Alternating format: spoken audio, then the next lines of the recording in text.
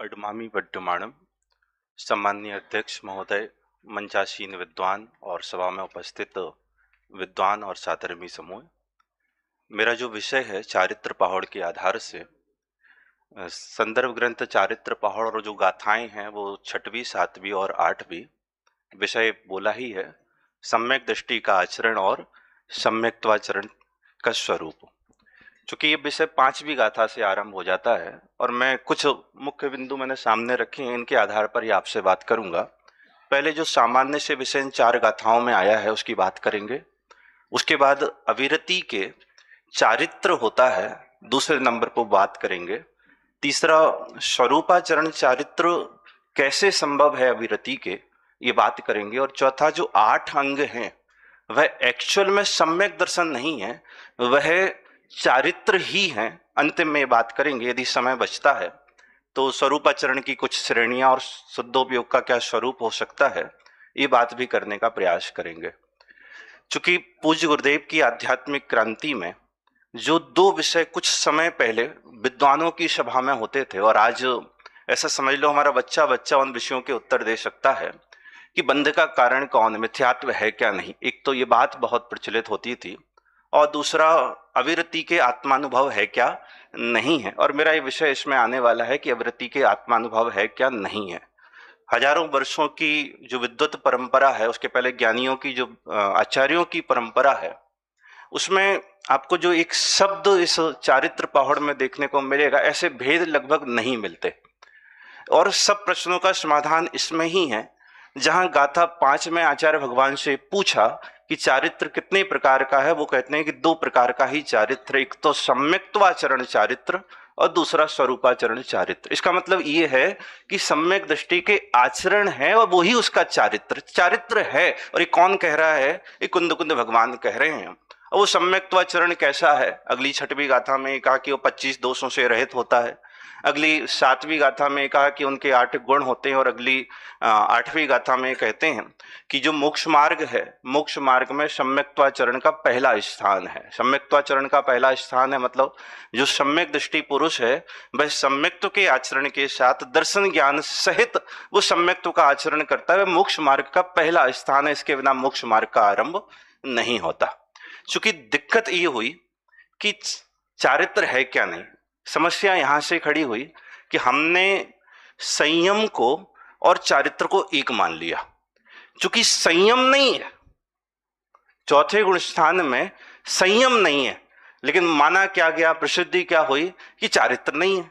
लेकिन संयम और चारित्र ये दोनों भिन्न भिन्न चीजें हैं, कथनचित भिन्न है। सर्वथा के लिए तो कोई स्थान नहीं, कथनचित एक भी है, कथनचित भिन्न भी है, कथनचित अभिन्न भी है, वो अपने स्थान पर है। मैं जो बात यहाँ कह रहा हूं कि संयम वो चारित्र नहीं है।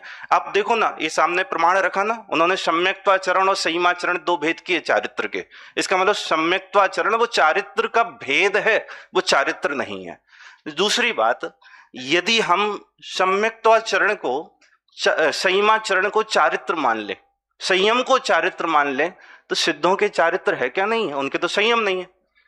वो सिद्धों के चारित्र की सिद्धि नहीं होगी यदि संयम को चारित्र माने। एक्चुअल में संयम को और चारित्र को जब दोनों को भिन्न भिन्न रखकर समझने का यत्न करेंगे तो ये बात ख्याल में आती है कि सम्यक दृष्टि के चारित्र होता है। और पूज्य गुरुदेव के आप कोई भी व्याख्यान उठा लो, उसमें लगभग चाहे छैडाला के स्वरूपाचरण चारित्र के व्याख्यान हो, चूंकि अष्टपहाड़ के व्याख्यान में गुरुदेव की एक खासियत है कि जो विषय चलता है उस पर ज्यादा वजन रहता है। यहाँ चूंकि आचार्य भगवान ने 25 दोषों की 8 गुणों की चर्चा की, तो गुरुदेव का वजन भी उस पर है। आप देखना वात्सल्य का क्या स्वरूप गुरुदेव कहते हैं। सब जगह वो बात जो पंडित जयचंद जी छाबड़ा ने भावार्थ में लिखी है तो सम्यक से च्युत हो जाएगा। प्रभावना नहीं करेगा तो सम्यक छूट जाएगा, वात्सल्य नहीं होगा तो सम्यक तो छूट जाएगा। इन विषयों पर वजन है। लेकिन वो चारित्र की सिद्धि के लिए वो 2-5 तर्क जो गुरुदेव के सभी व्याख्यानों में मिलते हैं कि पहली बात, आज भी जो बात आई थी कि जहां सम्यक दर्शन प्रकट होता है वहां अकेला सम्यक दर्शन नहीं है, सर्वगुणांस्ते संकित।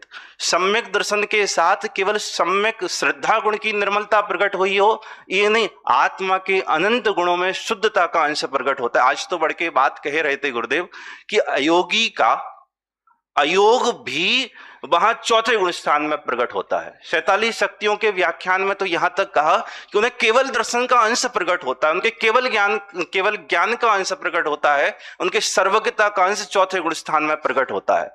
तो जब अयोगी का अयोग का अंश प्रकट हो सकता है तो चारित्र हो सकता है, ये कोई बहुत बड़ी बात नहीं है। दूसरी बात, हम ये मानते बिल्कुल करणानुयोग का सिद्धांत है, दर्शन मोहिनी के साथ अनंतानुबंधी का अभाव होता है, और अनंतानुबंधी वह चारित्र मोहिनी की प्रकृति है, और चारित्र मोहिनी वो चारित्र का घातक है। जब चौथे गुण स्थान में अनंतानुबंधी का अभाव हुआ तो निश्चित तौर पर नियम से वहां चारित्र प्रकट हुआ ही है। तीसरा प्रसिद्ध है दर्शन ज्ञान चारित्राणी मोक्ष मार्ग। क्या ये चतुर्थ गुण स्थानवर्ती मोक्ष मार्गी नहीं है? यदि मोक्ष मार्गी है और तीनों की एकता मोक्ष मार्ग है तो चारित्र नियम से वहां पर होगा। एक बात और गुरुदेव कहते हैं कि यदि चारित्र नहीं है तो फिर हुआ क्या है? सम्यक दर्शन के होने पर मान लिया है ना, अकेला जान ही तो लिया है। अरे आत्मानुभूति के काल में सम्यक दर्शन प्रकट होता है। रैण सार में आचार्य भगवान ने बात लिखी है कि आत्मोपलब्धि नियम से सम्यक दृष्टि के होती है, सम्यक दर्शन में नियम से आत्मोपलब्धि होती है। तो चारित्र तो नियम से है, चलिए तो मान लिया कि है, चारित्र है, लेकिन स्वरूपाचरण तो नहीं है ना। दिक्कत तो ये है कि यदि हम ये मान लेंगे ना तो समाज की दिक्कत तो है, तो फिर गुरुदेव को आत्मानुभवी मानना होगा। तो अविरति तो मानते ही हैं, अब आत्मानुभवी मान कैसे ले? इसके लिए आदरणीय मनीष जी भाई साहब के व्याख्यानों में एक बड़ा सुंदर चिंतन आया है। हजारों वर्षों की परंपरा में हमें ऐसे कोई बड़े प्रमाण नहीं मिलते जिसमें स्वरूपाचरण शब्द का प्रयोग मिलता हो। विद्युत परंपरा में बहुत प्रयोग है, पांडे राजमल जी ने किया है, उसके बाद गोपाल दास जी वरैया ने किया है, दौलत राम जी ने किया है। ये प्रयोग विद्युत परंपरा में तो हैं लेकिन आचार्य परंपरा में नहीं है। और गुरुदेव के व्याख्यान में एक प्रमाण मिलता है कि धवला में स्वरूपाचरण चारित्र ऐसा आता है। अब धवला में स्वरूपाचरण चारित्र जो आता है वो ऐसा है, पृष्ठ 165 पर आचार्य वीरसेन स्वामी ने ये लिखा है कि अनंतानुबंधी वह सम्यक दर्शन की और वह अनंतानुबंधी चारित्र की घातक है। ये लिखा है चारित्र की घातक है, स्वरूपाचरण की घातक नहीं है मूल में। और उसके बाद जो अनुवादक हुए पंडित फूलचंद जी सिद्धांत शास्त्री, उन्होंने चारित्र का अर्थ किया है स्वरूपाचरण चारित्र। और गुरुदेव अनुवाद को मुख्य रूप से पढ़ते थे तो वहां पर वो स्वरूपाचरण चारित्र ऐसा धवला में आया। हम थोड़ा सा और गहराई से विचार करें कि फूलचंद जी शास्त्री के परवर्ती विद्वानों में जिनके नाम मैंने अभी लिए, पांडे राजमल जी, गोपाल दास जी वरैया और तीसरे दौलत राम जी। पांडे राजमल जी का पंचाध्यायी, उसकी शैली, उसकी विषय वस्तु, उसका अध्यात्म, उसमें अध्यात्म की पराकाष्ठाएं। हाँ, हम तो जो प्रचलित नए चक्र के ही उदाहरण देख लो ना आप, तो पंचाध्यायी का नए वो ये कहता है कि यदि परम इसके निश्चय नहीं के भेद करोगे तो फिर आप मिथ्या दृष्टि हो। मतलब इस उच्च कोटि का जो अध्यात्म है वो साहित्य में केवल आचार्य अमृत चंद्र देव के पास ही मिलता है। तो निश्चित तौर पर हो सकता है कि वो पंचाध्यायी आचार्य अमृत चंद्र देव की रचना है, और पंचाध्यायी में यदि स्वरूपाचरण चारित्र मिलता है तो फिर वो वहां से आया है आचार्य अमृत चंद्र से, जिसे परवर्ती आचार्य, उनके बाद के आचार्यों ने, ज्ञानी विद्वानों ने उसको प्रसिद्ध किया है। दूसरी बात, और थोड़ा और उस पर हम विचार करें, मैं चूंकि सिर्फ प्रस्तुत कर रहा हूं, कुछ बिंदु मिलाकर वो आदरणीय भाई साहब के व्याख्यान से सुनकर, उसमें कुछ एक दो बातें और अपनी ओर से मिलाकर, उसमें ये कहा चारित्र के भेद नहीं है स्वरूपाचरण चारित्र, चारित्र का लक्षण लिखा है स्वरूपे चरणम चारित्रम, स्वरूप के आचरण रूप ये चारित्र होता है। और लक्षण प्रसिद्ध होता है, व्यावर्तक होता है, लक्षण वो होना चाहिए जो सर्वव्यापक हो। यदि लक्षण बनाया है तो जहां जहां चारित्र है, चाहे वो चौथे गुण स्थान में हो, चाहे वो पंचम गुण स्थान में हो, चाहे वो सातवें में हो या श्रेणी में कहीं भी हो, तो वहां पर स्वरूपे चरणम चारित्रम ये तो होना ही चाहिए। हमने पंचम गुण स्थानवर्ती के एक्स्ट्रा क्वालिफिकेशन बना के रखी है, देश चारित्री है, उसके ऊपर वो सकल चारित्री हैं। अब इसके कौन सा चारित्र होगा? अविरति के। तो इसके चारित्र के लिए इनके स्वरूपाचरण चारित्र होता है, आत्मोपलब्धि रूप ये स्वरूपाचरण चारित्र उनके होता है। इस तरह स्वरूपाचरण चारित्र अविरति के होता है, इसमें कोई शंका, कोई संशय करना ही नहीं। यदि आत्मा का अनुभव नहीं हुआ तो सम्यक दर्शन के होने पर वास्तव में हुआ क्या है? माना ही तो है, जाना ही तो है। अनुभव के बिना एक प्रतीति कैसे बनती है? अनुभव के बिना क्या प्रतीति बन सकती है? भाई हमें गुड़ का एक बार स्वाद आया हो तभी तो उसकी प्रतीति बनेगी। आत्मानुभव ना हो तो सम्यक दृष्टि के आत्मा की प्रतीति कैसे बनेगी? आत्मा की प्रतीति, आत्मा का निर्णय वो उस अनुभव के आधार पर भविष्य में टिकता है।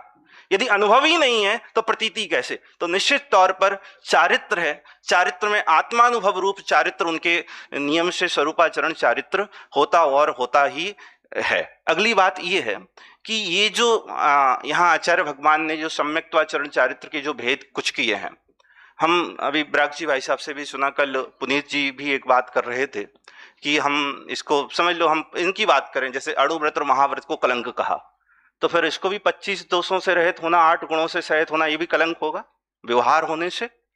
तो उसका निश्चय क्या है? उसका निश्चय वो ही है कि अनंतानुबंधी के भाव की शुद्ध परिणति, वो जो वीतरागता की दशा है, वो उनका चारित्र है। ये जो सब चर्चाएं हैं ये व्यवहार सम्यक्त्वाचरण चारित्र की है। तो शुद्ध परिणति में तो जो वीतरागता है वो चारित्र है और उसके आत्मानुभव रूप चारित्र नियम से प्रकट हुआ है। ऐसा ये सम्यक्त्वाचरण चारित्र का स्वरूप है। चूंकि बाद में जो प्रसिद्ध हुआ 8 अंग की बात हो या 25 दोषों से रहित की बात हो, इसकी सम्यक दर्शन के अंग के रूप में इसकी प्रसिद्धि हुई।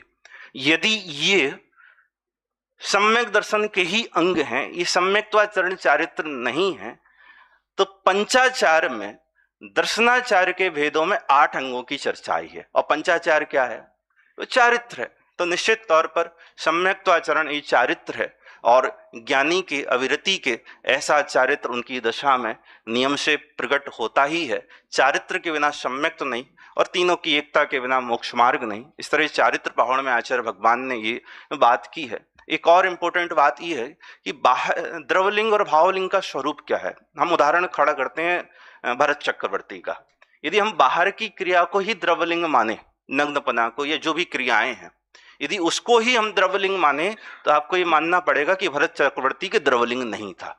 एक्चुअल में उस भूमिका योग जो राग है, मान लो वो 3 कसाय चौकड़ी के भाव पूर्वक की वीतरागता और 1 कसाय चौकड़ी का जो उदय है ना, वो जो राग है, वो उनका द्रवलिंग है और वो वीतरागता वो उनका भावलिंग है। अन्यथा ऐसे बहुत सारे प्रकरण खड़े होंगे कि बाह्य क्रिया तो नहीं दिखी, लेकिन उनके द्रवलिंग तो मानना पड़ेगा ना, भावलिंग के साथ द्रवलिंग तो होगा ही नियम से। तो वो ऐसा समन्वय है भावलिंग और द्रवलिंग का। वो राग वो द्रवलिंग है, तदनुकूल क्रिया को उपचार में भी उपचार जानना, वो सद्भूत व्यवहार का ही विषय मानना और उसमें भी और दूर का।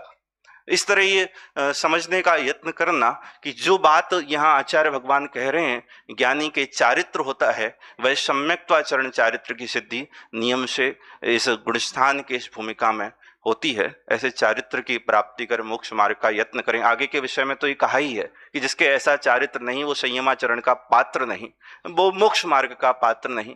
तो सम्यक्त पूर्वक चारित्र हो और फिर संयमाचरण चारित्र हो। इस भावना से मैं अपनी बात को यहीं पर विराम लेता हूं।